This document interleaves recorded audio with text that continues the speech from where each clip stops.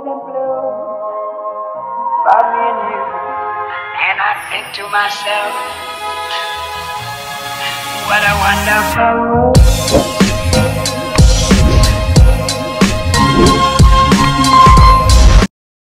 Guys, hatid ko ulit si Jeffrey.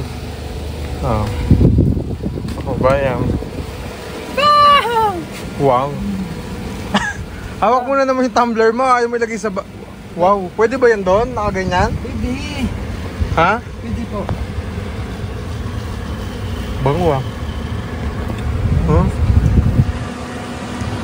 Pati, picture mo. Wow. Sino ka dyan? May energy na naman siya, guys. Okay, so big boy na siya. Hindi na siya magpapa-happy doon sa classroom. So, itong malamig na, no? Pinalamig ko yung kotse kasi pagka naka-ano. Kailangan ito po yung tito yung ganun dyan. Anong tawag?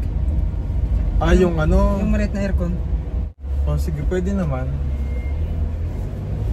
Nainitan ka ba doon? Nainitan ako doon talaga, tito. Kapag mainitan talaga ako, nantok na ako. Oh, sige, bibilang kita, no?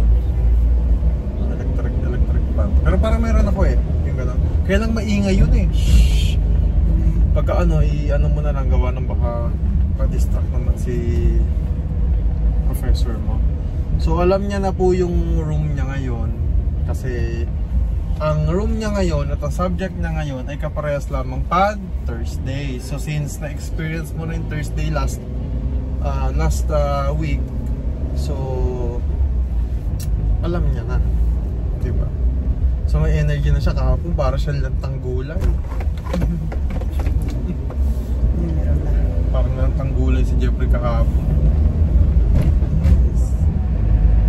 Laksan natin yung aircon para Yan, malamig na. Malamig na. Hinihintay ka na ng classmate mo doon? Hindi, mga 2:30 doon na din siya. 2:30? 12:30. 12:30 na oras na ba? 12:20. Okay, 10 minutes. Saan ba siya? Saan ba mo gagaling? Hindi ko alam.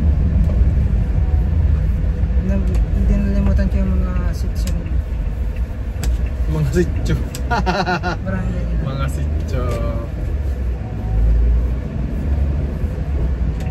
At least meron ka ng kilala ngayon, di ba? Kaso, Oh. At least may mga kakilala na siya sa school na pwede niyang pagtanungan at kaibigan niya na. Basta ha, yung bilin ha, mga good influence lang na ano, classmate. dalawa lang subject na namin. Dalawa lang sa tipo. So susunduin kita ron 2:30. Tapos, Balik tayo ng 3:50 gano'n. Hintayin natin si Nea eh, alas 3. okay. Pauwi na siya, hindi na siya balik. Oo, hindi na siya babalik. So, susunduin din namin mamaya si Sinea kung makakasabay siya kasi magkalapit lang po sila ng school. Ano? Mag-reply ka lang. Magkalapit lang. Kung mag-reply ako sa'yo. Mag-message ka sa akin. Mag-message din ako sa'yo pag nandun ako. Since 2:30 naman. Ganap na ganap yun. Pwede mong hindi i-close neck yan ha, kapag naiinitan ka. Pero naka-close neck ka kasi. Ayan, pwede mong yan button yan. Ito, ayan dito. Tapos yung ID mo, ipapaloob mo dun sa kuwelyo para hindi nagdyan. Ganyan. Dapat pala nilagyan mo na lang ng picture mo muna. Wala pa. Ayan, i-open mo to. Yan. Yan. Para hindi ka, yan. Dito, Gayaan. papunta sa school. Oo, ganyan. Ganyan talaga.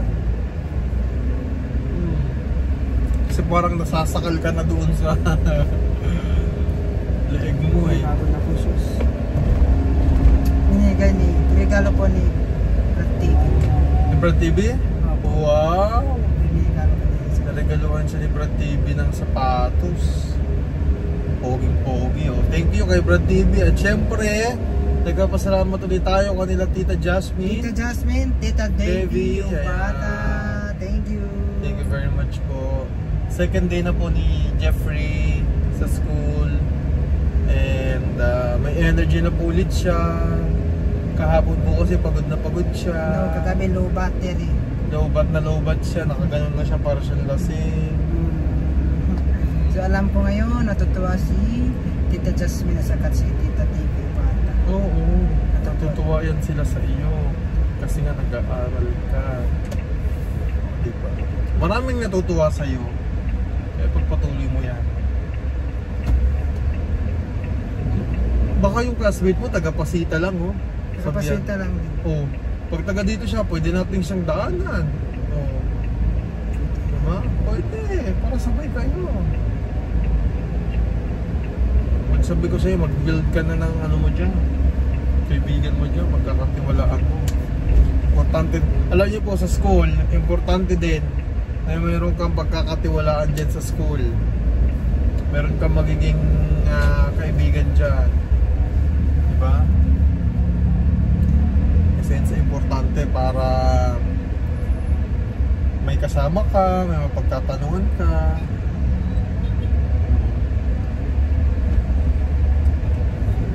Nakatulog naman ng maayos eh, no? Nakatulog. Hindi na siya inaantok.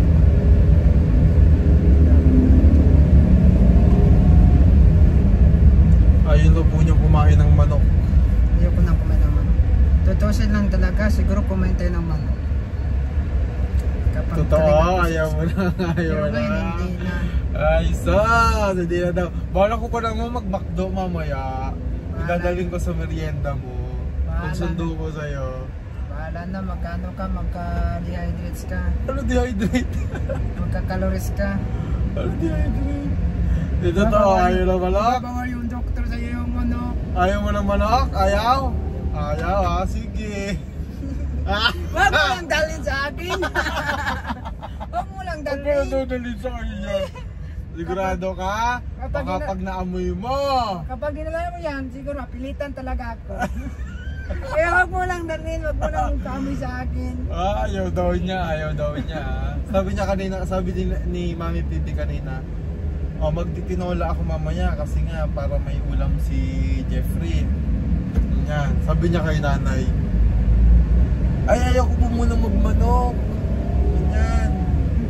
Sabi ko, naku, maniwala ka dyan kay Jeffrey. Pag nakita niya yung manok, di niya rin mapigilan. Ngayon, sige, susubukan ko mamaya. Bibili ako ng 1-piece chicken McDo Aray ko! with fries. Tapos, McFloat. Akin lang ha. Kasi wala kang McDo. Ay ayaw mo ng manok ha. French fries lang sa'yo. Ha? Di pa sa'yo, french fries. Wala kang manok ha. French fries lang sa'yo mamaya. Grabe. Kaya mo, hindi ka nakakain ng manok ha. Hindi sa akin ang galing yan. Sa'yo yan. Dadaan talaga ang McDo mamaya pala. Hindi lang, kumain ka ng McDo basta hindi mo. Binabawi niya. Okay. Bakit ba ayaw mo magmanok? Yun ang tanong. Kakain mo natin ang manok, yung dalawa lang tayo. Gusto niya patago daw. Kasi magaling si Daddy po. Gano'n si Daddy Paul. Hindi na wala, di ka lang pinagbabawalan kumain eh. Siya lang po nagbabawal sa sarili niya. Okay, so titignan natin mamaya kung talagang tunay na hindi na siya kakain ng manok. Ang lapit pa naman ng McDo dito, kay Jollibee. Ay, nako. 1-piece chicken McDo with fries. Yung with na lang sa'yo, yung fries na lang. Oh my God. Dapat dalawa. Dapat dalawa. Kakain na lang tayo. Ano dapat dalawa? Sabi mo ayaw mo ng manok. Ano lang, walang sabihin si Lola at saka. Huwag ko lang daw sabihin kay Lola niya. Hindi ka naman pinagbabawalan ni Lola mo. Sabi nga ni Mami PB, pag luluto ka niya ng tinola, sabi mo kanina, wag na. Ayaw mo ng manok na, hindi ka nakakain. Sabi ni Daddy po, huwag daw araw-araw ng manok. Wag araw-araw. Hindi, wag araw-araw yung fried chicken kasi nga 'di ba oil. Okay. Oo. Eh, tingnan natin kung hindi talaga kakain si Jeffrey, malalaman natin 'yan. Oo, dating gawin ha. Dito muna, iikot muna tayo. Pabalik, baba na. Tapos bababa tayo. Hindi, pwede ko pala i-ganito. Ayan, oh. So dito ka na ha, dito na siya sa school. Ayan po, mga ano niya. Oh. Yung bako. Ay, bag mo, asa bag mo?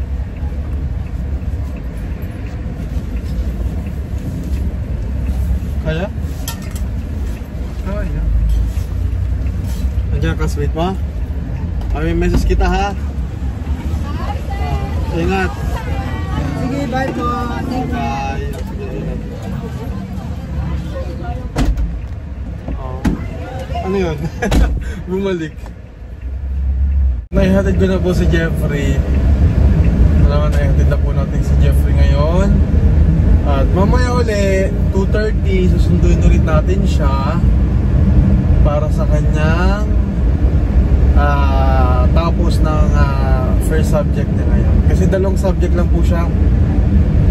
Tapos, ang ano po ngayon kasi, sabi ko alamin niya kung saan sila mag-NSTP saka yung PE nila kasi ibang, hindi po kasi dito sa school nila eh.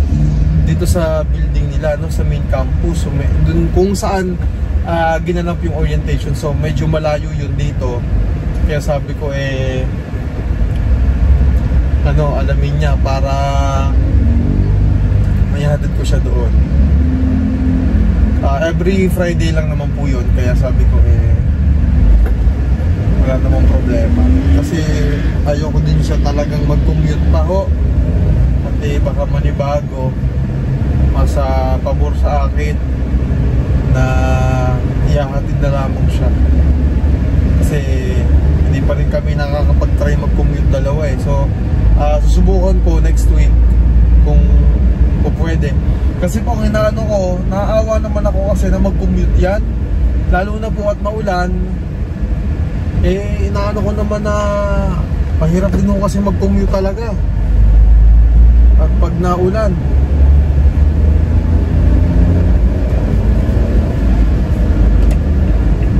Tapos di pa siya sanay. At ang inaalala ko pag nag-commute yan, tatawid ko kasi ng kalsada. Minsan ang mga sasakyan kahit na nasa pedestrian din ang bibilis, hindi po siya sanay na tumatawid kasi wala naman siyang tinatawiran doon sa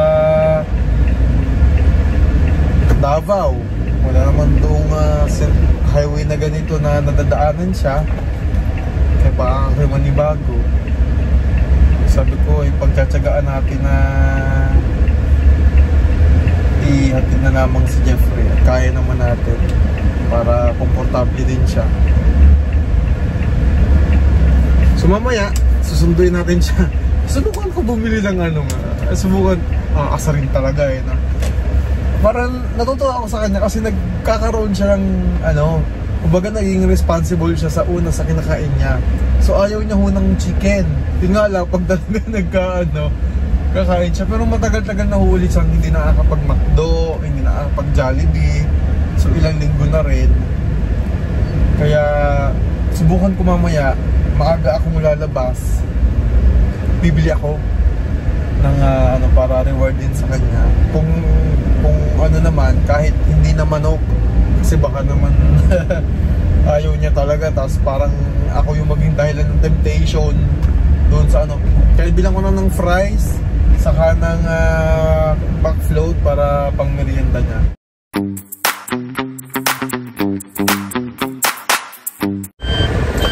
Hello po mga kabayan, ngayon ay tanghali na at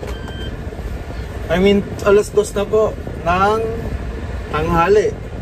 So kanina, kakahatid lamang natin kay Jeffrey. At ngayon naman, alas 2 ay susunduin naman natin siya. Kasi matatapos na yung first break niya. Matatapos na yung first subject niya. Ngayon, ang tapos kasi po noon ay 2:30. So ngayon alas 2, pupuntahan na natin siya. Kasi po, ang susunod na klase pa kasi niya is 4:20. So matagal naman siya tatambay sa school. Nakakaawa naman. Pero O-order tayo ng McDo. McFloat lang, tapos fries. Dahil ayaw doon rin yung chicken. Sige. Mag-order tayo ng McFloat and ng French fries para naman lumamig-lamig ang kanyang pakiramdam dahil kahapon na-stress siya dun sa school dahil sa mga subjects.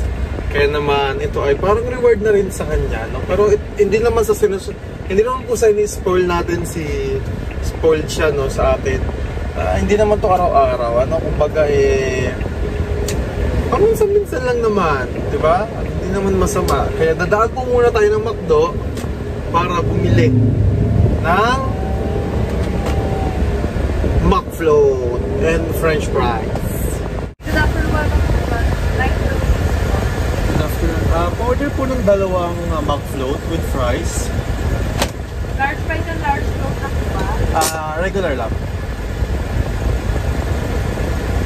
Regular fries with float po. McFloat. Opo. Dalawang order. Tig-dalawa. Tama na po yung nasa freezer. Tama. First with float. Oh, thank you.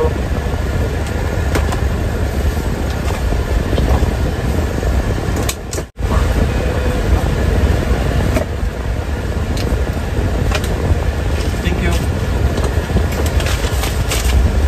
Diba, ang bilis lang natin naka-order po. Ang bango! Sigurado magugustuhan to ni Jeffrey. So, order tayo ng McFloat and the fries. So, ayaw niya mag-chicken, sige. Kasi para naman tayong nagaan na temptation niya, ayaw niya mag-chicken. Kaya fries na lang. Diba? Ayan, so malapit na po tayo sa school ni Jeffrey. Ay nakikita ko na. Actually, almost. Ayan. And wala pa siya. So, iniisip ko kuminto dito sa harapan ng nila ng school nila Siguro pwede naman. Mag-hazard lang ako. Kaysa bumaba pa ako doon sa pinaka diba? So, tingin ko pwede naman. Sige, subukan natin. Nandito na lamang sa harap ng school ni Jepoy tayo. Ito. Para mamaya makita niya. Okay? Ayan. So, andito na po tayo sa school ni Jepoy. Ayan. So, nakahinto tayo dito. So, nag-message po si Jeffrey. Sabi niya, Tito. Tapos nireplyan ko siya. Sabi ko, nandito na ako sa labas ng school mo. And so, baka patapos na rin yung klase niya. Kaya, nag-message na. So, nandiyan dyan na nakahanda na ang kanyang McFloat. Ako naman, syempre sa akin, uubusin ko na.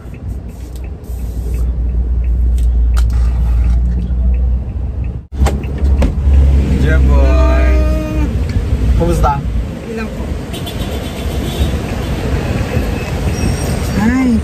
Hi guys! Magandang hapon! Ilagay mo muna yung bag mo doon.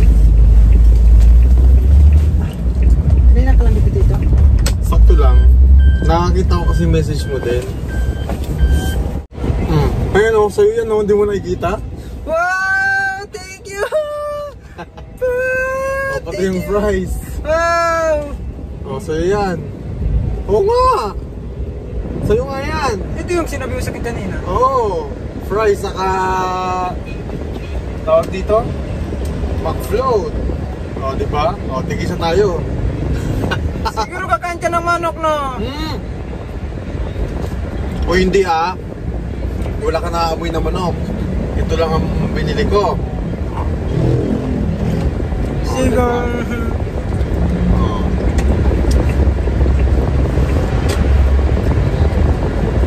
Hindi may merienda. Kaya yung straw. Pwede mo tanggalin mo. Tanggalin yung Diyan mo na. Tanggalin mo dito. Tanggalin mo na lang yung tagad ng straw.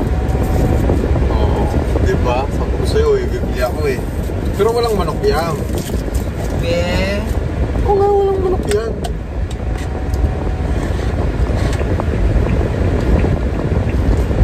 Walang manok.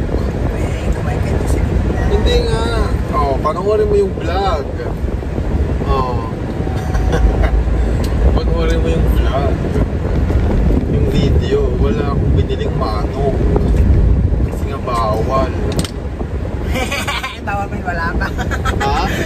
Bawal pa yan, kasi wala pa. Kapag meron na. Pwede na. Tapos diba may mali ang taka ngayon. Ito na.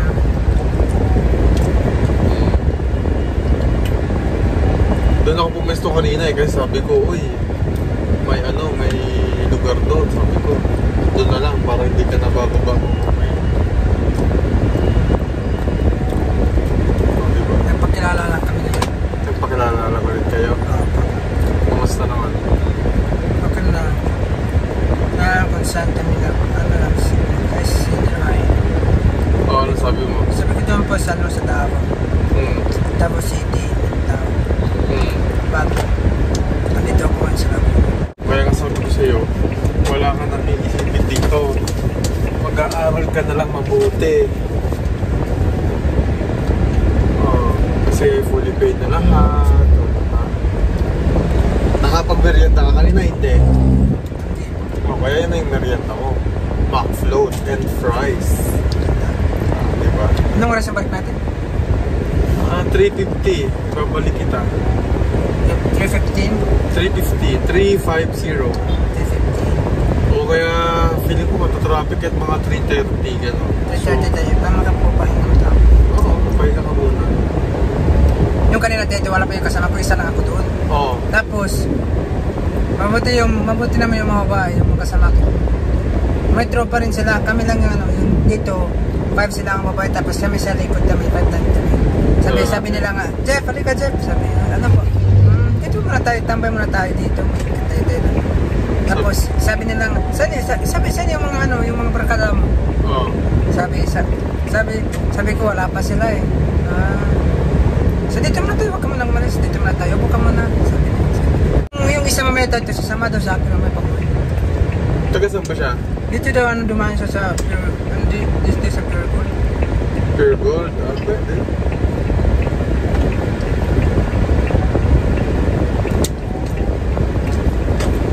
Maganda naman yun, no? Maganda naman mga ugali yun. Apat na kami maganda. Magkasundo kami. Isang din lang kami. Gusto mo ba bait na sasamahan mo? Walang problema. Sobrang bait talaga pa dito sa mga bait talaga. Tsaka pasito rin daw siya. Opo. Walang problema. Basta mababait, walang problema yan. Basta yung mga paninigarilyo, bawal talaga. Alam mo yan. Bawal mag-inom. Pero yung apat na kasama ko dito, ay apat kami tatlo doon. Hindi talaga mag-use, walang bisyo talaga. Very good. Ikaw ba pinakabata sa kanila? Meron naman mga bata, mga 18. Mga 18? Mga 19, 20. So, ikaw ba sa buong buhay mo, na-try mo na mag-yossi? Check ko ba, hindi nga ako gusto yung maamoy ko. Oo, parehas tayo. Nung kapag inamoy ko, yung utak ko parang malito na ito. Parehas tayo. Oo. Yung alak. Din. Kaya nga sabi ko sa'yo,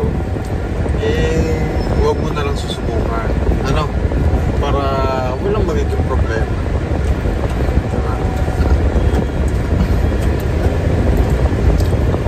Lumayo kanina sa mga babae kasi kaya ako. Huwag ka nahiya. Nahiya ako. Sabi ng isa, ano ka Jeff, ba't dito ba doon? Upo ka dito.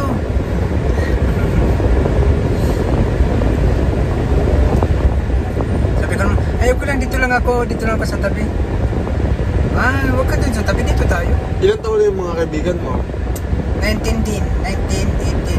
O, isa yung 19, 18. May 18 years old din. O 19. Nakala ko ikaw yung pinakabata sa akin mo. 18. Sarap. Ako din yun. Kaya hindi na ako ginantong.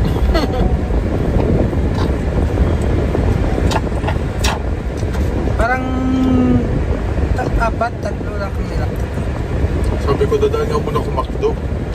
sabi ko, hindi na ako bibili ng chicken kasi nga ayaw mo.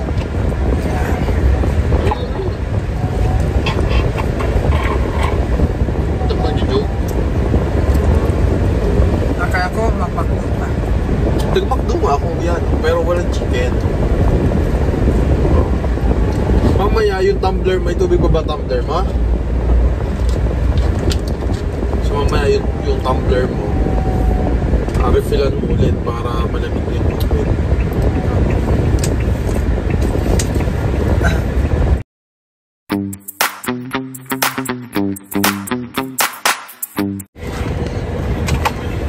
Yun po, so last subject nga na Jepo, ihatid ko lamang po siya doon. So, see you later ulit. Ganito po ang routine namin, so hatid sundo ko siya. Siguro nawawalan ka sa tito. Okay lang. Kasi parang may trabaho ka pa mamayang gabi tapos ano, hindi ka na makatulog. Okay lang. Eh, alam niyo po, hindi naman po ito palagi rin naman natin gagawin. At si Jepoy naman ay matututo din. Kaya lang sa ngayon, hindi pa po pwede dahil si Jepoy po ay kakaumpisa pa lang. Ano? Pwede naman po tito yung ano, yung next year kapag Oo. pwede, next kapag ano, tuloy-tuloy yung klase. Pwede ko din ako na hapon. Doon na naman ako sa school kapag punta ko sa Albonso, diba magpaalam naman ako sa iyo. Oo, pwede naman. Para makapagpahinga ka.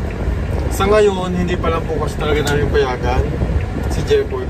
Kami po talaga sa amin mismo nagaling yun ha. Hindi po yung kahilingan ni Jeffrey na sunduin namin siya ha. Baka sabihin niyo si Jeffrey masyadong spoiled. Sila po yung nag-offer for sa akin. Kasi siyempre bago pa lang si Jeffrey dito. At sasanayan, sabi ko nga ngayon hatid sundo muna. Tapos magsasanay kaming mag-commute. Eh lalo po ngayon mahirap kasi maulan. So siyempre, buti nga ngayon hindi na ulan. Eh, kaya lang siyempre ngayong buwan po, di ba? Tag-ulan. So yun lang. Malapit na yung bear ating ano na. Oo. Ay, next month. Bear months na pala. No? My God. So yun, ihatid ko po muna si Jeffrey. Check now. And guys, so papunta kami sa school. So ihatid ko nga po si Jeffrey para sa kanya second subject. Nag-message naman tong aking isang pamangkin namin at nagpapasundo. So buti na lang magkatabi lang sila ng school ni Jeffrey dahil nasa clinic, na aksidente daw. So susunduin ko rin. So ihatid ko muna si Jeffrey sa school niya, saka ko dadaanan yung pamangkin ko, no? So dami natin gana for today's video. So okay naman daw yung pamangkin ko, parang kung ano ba ang ano. So kailangan kong sunduin. Buti ang dala natin itong si Udang. So mababa lang ito kasi kung ano pick up, mahirapan siya sumakay kasi parang napilay daw eh. So tingnan natin. So meron pa po kaming isang meron kasi kaming pamangkin ni Pugong Biyahero na sa amin din nakatira. Pagkatabi lang sila ng school ni Jeffrey. Kilala na siya ni Jeffrey. Si Jeffrey idadrop ko na muna kasi 4:20 po yung pasok niya eh. So alas 4 na. Susundin ko na ulit yun mamaya. Hello po ulit mga kababayan. Ay naku, ang dami nating ganap ngayon. Nakailang ano tayo, no? Katatapos ko lang ding maligo. At ngayon po ay magpa 5:20. So po babalik ulit ako sa school ni Jeffrey.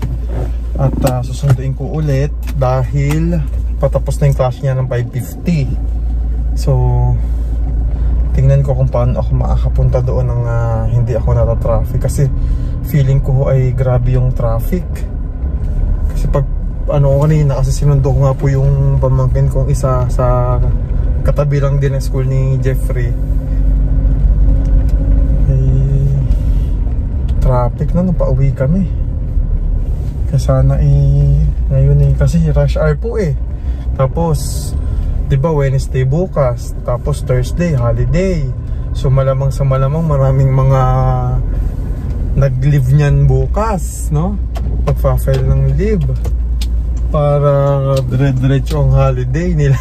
Kaya siguro traffic. Pero sana hindi man tayo matraffic kasi pag na-traffic tayo, yung 10 minutes natin na biyahe papunta doon sa school ni Jeffrey ay magiging 30 minutes or more. Ano ho? So dating gawi pa rin naman po mga kababayan. Sabi ko kay Jeffrey, kapag hindi niya ako nakita, dito lang ako sa gilid ng school nila, nag-iintay sa kanya. So baka hindi pa tapos yung klase niya kasi napaaga tayo, and gusto ko rin naman na mas maaga. So 5:30 kasi nandito na ako sa school, 5:50 pa yung labas niya. So okay lang, at least relax muna tayo dito, di ba? Habang iniintay siya, para paglabas niya hindi na siya mag-iintay, sasakyan na siya ng sasakyan, di ba? Sinundo ko na po siya. Ayan, dyan na po si Jepoy. Ayan o. Ayan na si Jepoy. Napasok, may kasama ata sa may kisabay. At dito na po si Jeffrey. So akala ko may isasabay kaming classmate niya. Mali pala yung sabi ni Jeffrey. Okay lang. Maraming salamat po sa mga sponsors ni Jeffrey. Okay po, kalaro na kay Tita Jasmine, Tita Devi Ubata, especially kay Daddy Paul, Pugong Biyahe Team. So maraming salamat po sa pagtulong. Maraming salamat po. Bye.